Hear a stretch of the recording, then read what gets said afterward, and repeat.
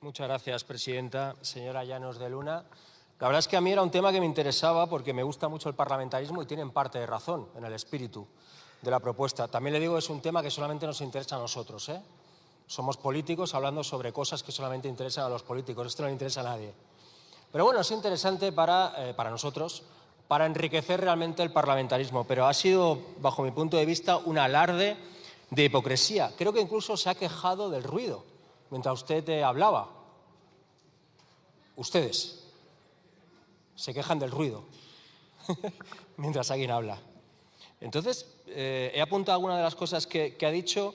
Primero se queja de la escenificación, que claro, esto de las sesiones de control acaba siendo una escenificación. Yo he traído una impresora, así que tampoco puedo hablar mucho. Pero lo que también he visto en este hemiciclo es al señor Tellado mostrando violentamente fotos de víctimas de ETA a otras víctimas de ETA, como si sus víctimas de ETA fueran menos que otras víctimas de ETA. Para mí ha sido la escenificación, voy a ser generoso, más burda, más cutre, más miserable que yo he visto aquí en todo este tiempo. Así que estoy de acuerdo con usted en que, bueno, sí, se tendría que regular. Luego usted ha dicho aquí que, claro, no hay diálogo, que la gente lee guiones, que la gente lee argumentarios. Con todo respeto, señora Llanos de Luna, que yo a usted la conozco, fue delegada del Gobierno en Barcelona, ¿cuánto hace que dice algo que no le han pasado, que no está escrito en el argumentario de su partido? No digo por falta de capacidad, digo quizá incluso por miedo a salirse del guión. ¿Cuánto hace? ¿Cuánto hace que dice algo por usted, porque realmente le salga? ¿Cuánto hace? Yo aquí he visto réplicas escritas previamente. La gente aquí no se escucha. En la réplica no se escucha. Aquí realmente se leen guiones. Así que estoy de acuerdo con usted, se debería regular también. Usted dice aquí que claro, hay cierta trampa, que los ministros, que el presidente no responde. Hombre, también hay preguntas trampa, porque ustedes aquí han llegado a venir preguntando por la zona industrial de la avenida de Zumalacárregui, de Zumaya, escrito, que el ministro de turno lo trae preparado, y acaban preguntando por Begoña Gómez. ¿Esto es cierto o no es cierto? Esto pasa siempre. Así que estoy de acuerdo con usted que sí, se debería regular. Y usted dice aquí que claro, los diputados del PSOE no arropan a sus jefes, que esto al final está vacío. Bueno, es mentira. Pero dicho esto, yo he visto aquí, y usted también, al expresidente de su partido salir literalmente con dos personas, por aquí, en pleno silencio, incluido el suyo.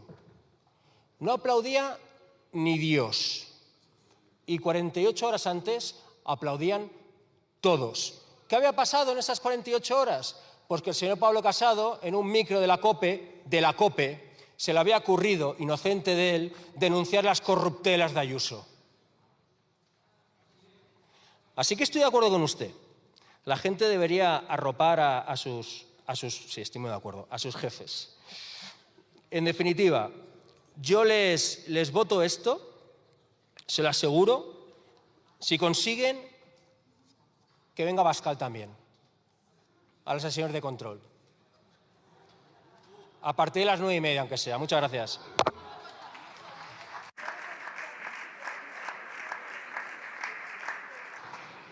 Muchas gracias, señor Rufián. Por el Grupo Parlamentario Plurinacional Sumar tiene la palabra el señor Pisarello Prados. Grazas, señora presidenta. Moi boa tarde. Hai que recoñecer que o do Partido Popular é espectacular, a súa capacidade de demagoxia, de hipocresía, de converter case en norma de actuación permanente aquel vello dito de fai o que eu digo e non o que eu fago, de reclamar aos demais o que vostedes nunca practican. Fíxese, eu poño só algúns exemplos. Vostedes permanentemente soben aquí para denunciar a falta de pluralismo e manipulación de Televisión Española. Mais parecen esquecer que teñen na Galiza unha radio e Televisión de Galiza convertida nun verdadeiro aparello de propaganda do Partido Popular, cos traballadores e traballadoras que levan 422 venres negros denunciando máis de 8 anos continuados a manipulación da Televisión de Galiza. Soben aquí permanentemente a denunciar a corrupción do PSOE, pero tapan a propia, mesmo desfacendo computadoras a martelada. Falan moito de Ábalos, de Zapatero, de P.S., mas ainda non saben quen é M. Rajoy, ese M. Rajoy que cobraba en sobres, en negro, nin lle soa de nada Alberto Quirón. E agora veñen cunha reforma do regulamento seica para exixir transparencia, rendición de contas, control ao goberno, seica para forzar a que o goberno responda sen evasivas. Como diría o noso xenial castelao, non vos riades que o conte triste. Porque, claro, non deixa de ser curioso que vostedes mesmos teñan que citar sentenzas en que gobernos do PP tentaron amordazar este Parlamento. Ou non deixa de ser curioso que vostedes son os primeiros que non respetan as preguntas que rexistran por escrito. Todos aquí temos escoitado ao ministro responder ás preguntas rexistradas e non as que lle fan vostedes verbalmente, que son outras diferentes en función do interese que teñan en cada momento. Ou como en Televisión Española ou coa corrupción, a súa falta de coherencia evidentemente non lles dá ningunha credibilidade, porque vexamos algúns casos en Galiza en relación con Alfonso Rueda, agora presidente da Xunta. Non é xa que non responda ou responda con evasiva, responde sobre todo con actitude chulesca, desaborida e habitualmente paternalista e machista, porque quen ten enfrente de líder da oposición é unha muller, mais, para a súa desgracia, é unha muller valente que non se deixa asoballar de ningunha maneira. Pero habería que preguntarlles por que Alfonso Rueda non quere responder estas preguntas que lle fixo o BNG. Por que o goberno do Partido Popular adxudica miles de contratos a dedo á empresa que dirixe a irmá de Núñez Feijóo? 1.533 contratos a dedo á irmá de Feijóo entre 2018 e 2024. Non contestou. Por que motivo por que mantivo no cargo de conselleiro durante varios meses Alfonso Villares, a pesar de saber que estaba imputado por unha agresión sexual a unha xornalista? Tampouco contestou. Que compromisos asumiu a Xunta coa empresa Altri nun memorando secreto para instalar unha macrocelulosa en Palas de Rei? Tampouco contestou.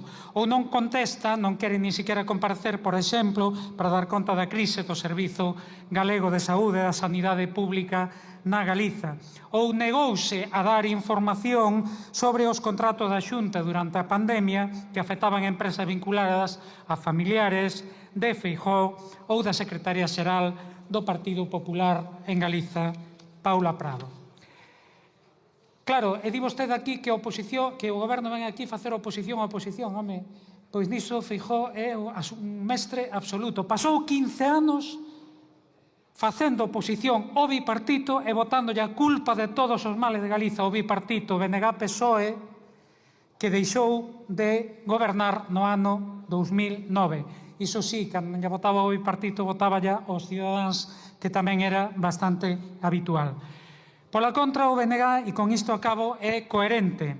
Reclamamos pluralidade á Televisión Española e tamén á Televisión de Galicia. Reclamamos firmeza contra a corrupción ao Partido Popular e tamén ao Partido Socialista. E reclamamos transparencia e rendición de contas ao Partido Popular na Galiza e ao PSOE aquí. Ou sexa que, señoras e señores do PP, apliquen o conto e a ver se comezan a practicar o que predican e, sobre todo, a practicar o que lle reclaman a outros. Moito obrigado.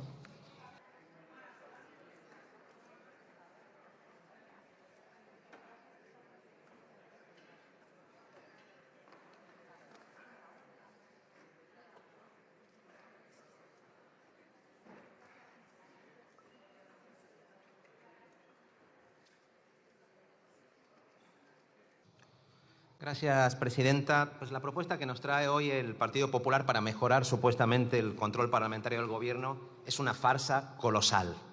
Porque llegados a este mes de junio de 2026 es evidente que al Partido Popular y a Vox solo les preocupa una cosa: no mejorar el control parlamentario, sino derrocar, rendir por vías no democráticas, si hace falta, a Pedro Sánchez y a la mayoría plurinacional republicana que lo invistió como presidente.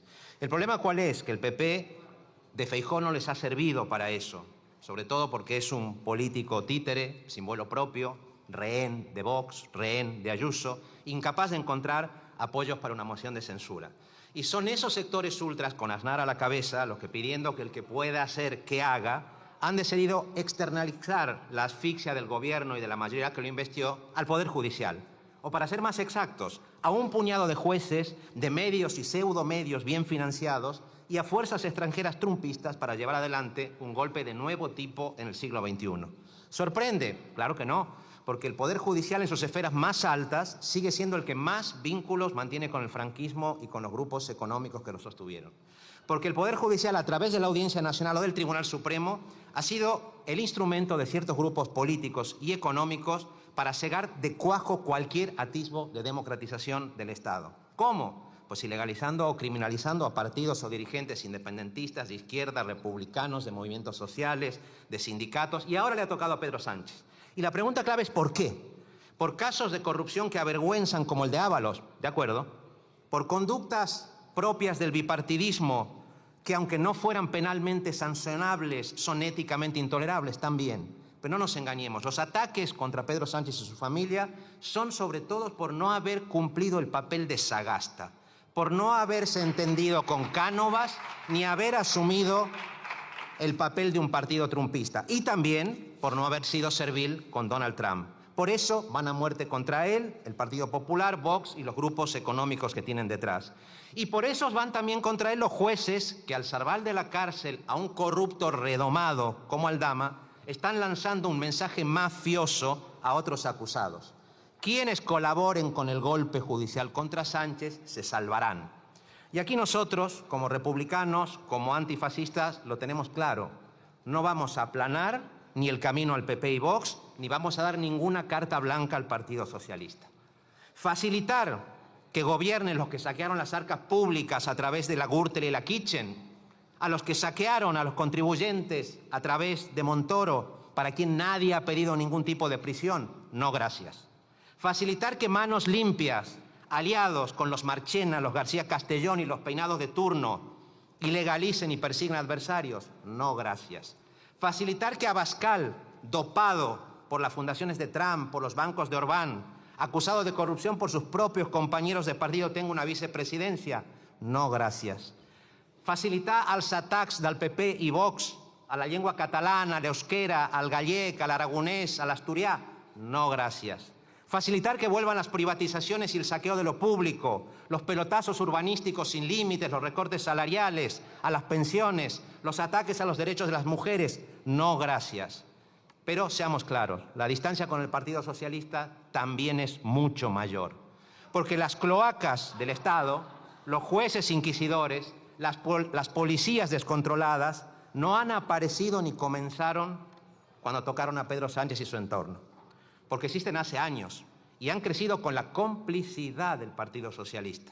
La sufrió la izquierda Berchale, la sufrieron personas honradas como José María Tucha del Partido Nacionalista Vasco, la sufrió Esquerra Republicana y Junts, la sufrió Podemos, la sufrieron mujeres valentes como Vicky Rosell, como Mónica Oltra o como Ada Colau, que tuvo que afrontar más de una veintena de querellas, todas archivadas, pero muchas de ellas impulsadas desde la sombra por el Partido Socialista de Cataluña, que gobernaba con nosotros. Por eso nuestro antifascismo no es amnésico, porque el Partido Socialista no quiso hablar del lawfare hasta que no le tocó en carne propia. Porque en lugar de pactar la renovación del Consejo General del Poder Judicial con la mayoría republicana y plurinacional de esta Cámara, decidió hacerlo con el Partido Popular, aquí sí, a la manera de Cánovas y Sagasta. Porque en lugar de traer a esta Cámara con luces y taquígrafos la necesaria reforma democrática de la justicia y de los cuerpos de seguridad del Estado, consintió la Q3 de Leire y puso a un antirreformista como Grande Marlaska frente al Ministerio del Interior. Porque nuestro antifascismo no es amnésico, no es ingenuo. Nosotros les decimos, no queremos milongas con los presupuestos. Si quieren que esta legislatura dure, hay que actuar ya. Contra la especulación en materia de vivienda, con la celeridad con la que hoy se ha aumentado el presupuesto en materia de dependencia. Contra la maldita ley Mordaza, contra las injurias a la corona para que raperos como Pablo Hasél salgan de la prisión de una vez. Por la regularización inmediata de las personas migrantes que quedan por regularizar, aunque eso suponga la pesadilla del diputado Figueredo de Vox. Lo que sí, señorías, no más postureo con Bad Bunny o con Mamdani. Medidas de democratización concretas aquí y ahora para frenar a la ultraderecha y construir una alternativa valiente y esperanzadora desde el Ejecutivo y negociada con la mayoría plurinacional y republicana. Y si no, señorías del Partido Socialista, será la ciudadanía la que los juzgue. Dicho esto, y con esto acabo, Presidenta, también quiero aprovechar esta intervención para enviar nuestro cariño y apoyo a la juventud, a las mujeres, al pueblo trabajador de Colombia, de Perú, de Bolivia, de América Latina toda, que con gran coraje y persistencia se están movilizando para frenar a la ultraderecha. Que Abascal y el Partido Popular se disputen a codazos los vínculos con la ultraderecha corrupta de las Fujimori, de los Despriella, de los Bolsonaro, de los Milei, no nos sorprende, porque comparten programa económico de saqueo de lo público, porque están financiados por el trumpismo y porque todos recurren a las violencias, a las noticias falsas e incluso al fraude electoral a través del voto en el extranjero con irregularidades. Y sin embargo, han sido millones las personas que frente al discurso de la muerte y de la codicia sin límite han atravesado ríos y montañas para votar con resultados históricos por la vida y la justicia. Por eso les enviamos nuestro apoyo, porque estamos cosidos a la misma estrella, porque si el trumpismo se impone en América Latina, traerá la destrucción también en Europa y al revés, y porque si lo derrotamos aquí y allá, el mundo será otro y será mejor. Y frente a esa encrucijada, nosotros seguimos diciendo resistencia, organización, esperanza, a seguir luchando y con confianza en que la historia es nuestra y la hacen los pueblos. Gracias.